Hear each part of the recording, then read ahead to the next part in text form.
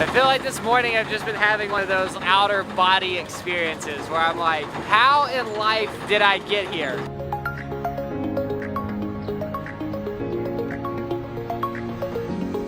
We're Karen Nate, and we're currently exploring our 97th country of Bangladesh. Wow! After a couple days in the chaotic capital city of Dhaka, last night we jumped on a 100-year-old paddle steamer and rode south overnight to the port city of Barisal. It is 5:30 a.m. and we're about to go for an hour ride in one of these tuk-tuks. Good morning.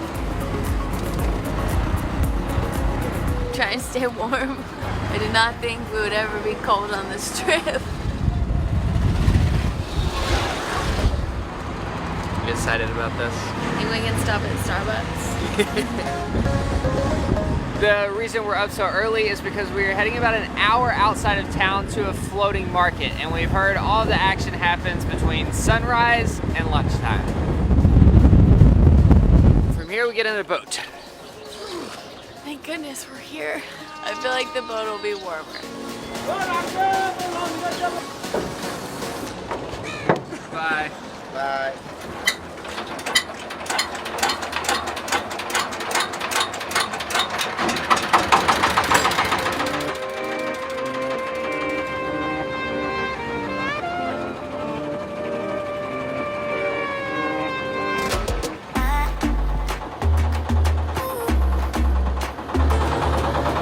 We are experiencing a totally different side of Bangladesh right now. It is insanely beautiful out here, and it just feels so wild and untouched. We're driving through this forest with all these local villages on the side.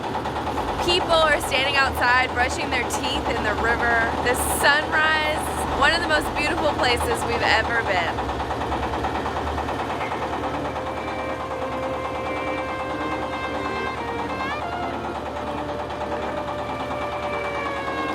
Was it worth the early morning wake-up call? Yes. I feel like the more you travel, the more you want to intentionally seek out places that are like just super authentic, and that's what we found today. You can see it on the locals' faces too when we drive by. They all stop what they're doing and they're like, who are these foreigners? It's fun when you feel like you can provide some entertainment back.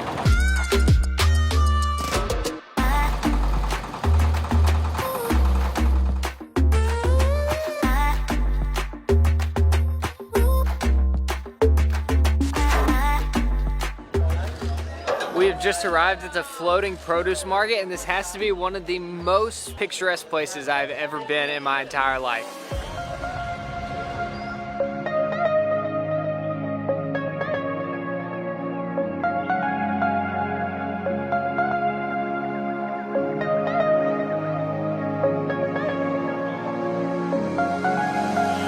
I see coconuts, oranges, some kind of root vegetable that I've never seen before. Bananas, greens, grapefruits.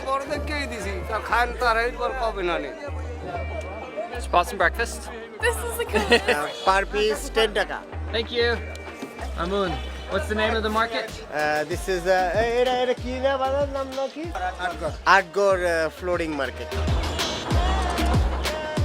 We draw a lot of attention to ourselves just being here in general, but when Nate is flying the drone, it just brings it to a whole new level. Hello.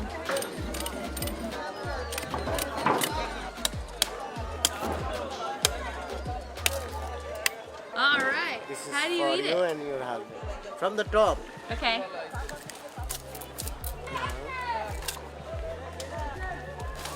Mamoon just went and got us a piece of fresh sugar cane. Just taught me how to enjoy it. I'm not as good at it as he is. How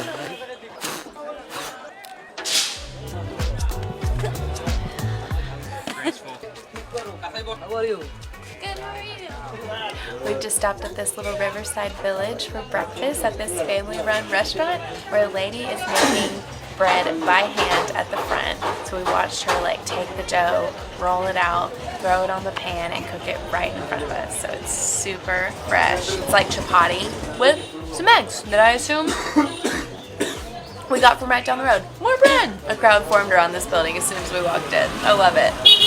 This village is so different than the city. It feels so strange just walking in the middle of the road and not dodging motorcycles and tuk-tuks. Oh, don't die. No. There's still a lot of hustle and bustle, but much calmer. Much less scary. Everyone's just as friendly. There are some bicycles. Back on the boat. These bridges are too cool. I feel like this morning I've just been having one of those like outer body experiences where I'm like, how in life did I get here? On a river that I have no clue what the name of it is, somewhere in the middle of a town in Bangladesh. And I say that in the best possible way. I never thought my life would end up this cool.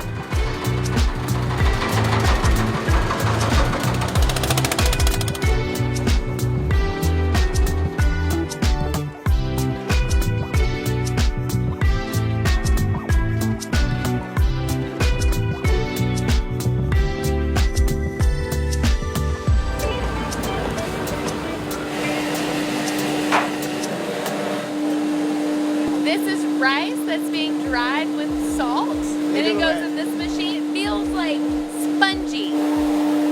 Wow! It's puffed rice. It's literally just flying out of the machine and hitting the wall, and has this huge mountain of this on the ground. We had no clue what we were getting ourselves into. We just pulled over at this little house on the side of the river. So after the rice is mixed with salt, they pour it into this big drying machine. Then from there, a guy carries it to the frying machine. It dries and becomes puffed in the frying machine. It gets spun in this cylindrical net and then shot across the room to give you the final product. I'm gonna try to catch some. Just open your mouth. Ouch! Open your mouth. It's coming out so hard it hurt my hand. It tastes like Rice Krispie treats. Did you make this one? They're making knives like this by hand behind me. I am so impressed. It is an insane process. The guy is hitting as hard as he can with this hammer and hitting this tiny piece of metal every time.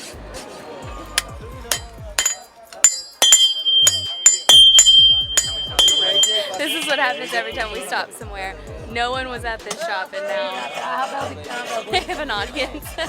Not saying anything, just standing and watching. I don't mind. We're just taking turns observing each other's lives. It's a fair trade. You're so right. Nate, you are so right. Like, that just changed my perspective so much. I don't mind when people gather around and stare at us, but like, that's what we've been doing. Yeah, we were this is gathered like around payback. the blacksmith, and all the people here are probably like, why do they care about this like knife making stuff? Like, that's so normal to them, but to us it's like, wow. It's just completely different from what you see every day. Yeah, and then we're standing here like, who knows how many people like us they've seen, and we're holding interesting things. Like, of course, we're doing the same thing. Do you go first? I need to hold your hand. That made me so nervous.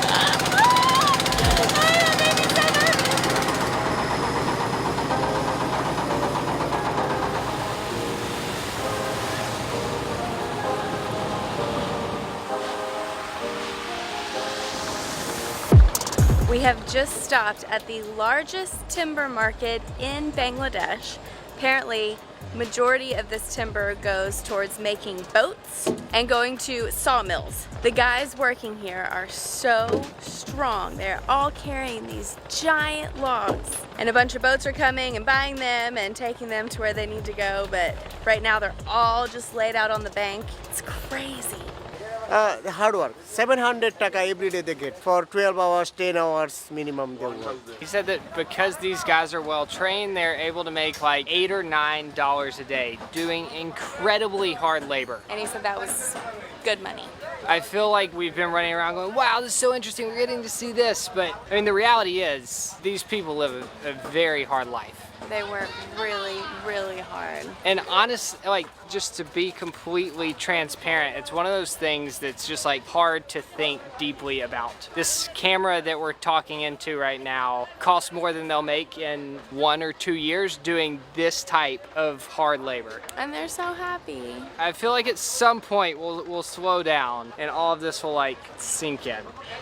And something will, I don't know what I'm trying to say. And I'm giving you That's comforting. your part is Not doing very good. So, this town's a little busier than the last village we were in. In case you were wondering where you go to the bathroom on a day like today,